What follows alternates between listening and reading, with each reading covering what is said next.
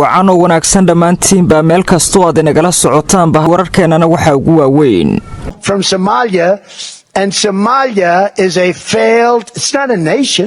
madaxweynaha Mareykanka Donald Trump mar kale weerar afka ku qaaday Soomaaliya oo uu ku tilmaamay wadan fashilmay. madaxweyne Trump ayaa khudbad dheer oo ka jeediyay shir sanadeed ka dhaqaalaha dunida. waxa uu khudbadiisa ku soo qaatay wadamo ay ku jirto Soomaaliya oo uu ku sifeeyay wadanaan gabi ahaanba jirin oo ku fashilmay hirgelinta nidaamka dawladnimo. The situation in Minnesota reminds us that the West cannot mass import foreign cultures which have failed to ever build a successful society of their own.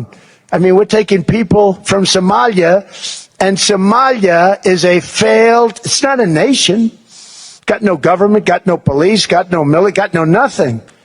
khudbadiisa ku soo qaatay musuqmaasuq baasan oo ka dhacay gobolka Minnesota ee dalka Mareykanka oo dad Soomaaliya ay qayb ka yihiin loo haysto. Ilhan Omar talking about the Constitution that provides me.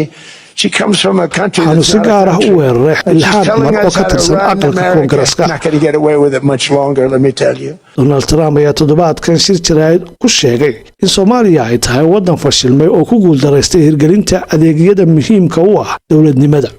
marka laga yimaado dhaliilaha xooggan ee Trump, xildhibaanayaasha falanqeeya siyaasadda dunida ayaa tilmaamay marka la isku akhriyo hadalkii uu madaxweyne Trump ku weeraray Soomaaliya iyo hadalkii uu Davos uu ka jeediyay oo ahaa mar kale inuu ku celiyo fariintii uu maalin ka hor ku weeraray. waxaa si cad u soo baxaya macno aad u qoto dheer. hadaladan istaba joog ah waxay tilmaamayaan in madaxweyne Trump uu karkarinayo qorshe gaar ah oo Mareykanku kula macaamili doono Somaliland sida muuqata. madaxweyne Trump hadaladan uu ku celceliyay in aanay dawlad rasmi ka jirin Soomaaliya iyo hoos u dhigidda awoodii iyo saameyntii ay safaaradda Mareykanku ku lahayd Soomaaliya waa tallaabooyin si isku xidhan u muujinaya in ay socdaan hawlo istiraatiiji ah oo Mareykanku qaadayo kuwaas oo la filaya in ay saameyn weyn ku yeeshaan gobolka waqtiyada inagu soo foolkale.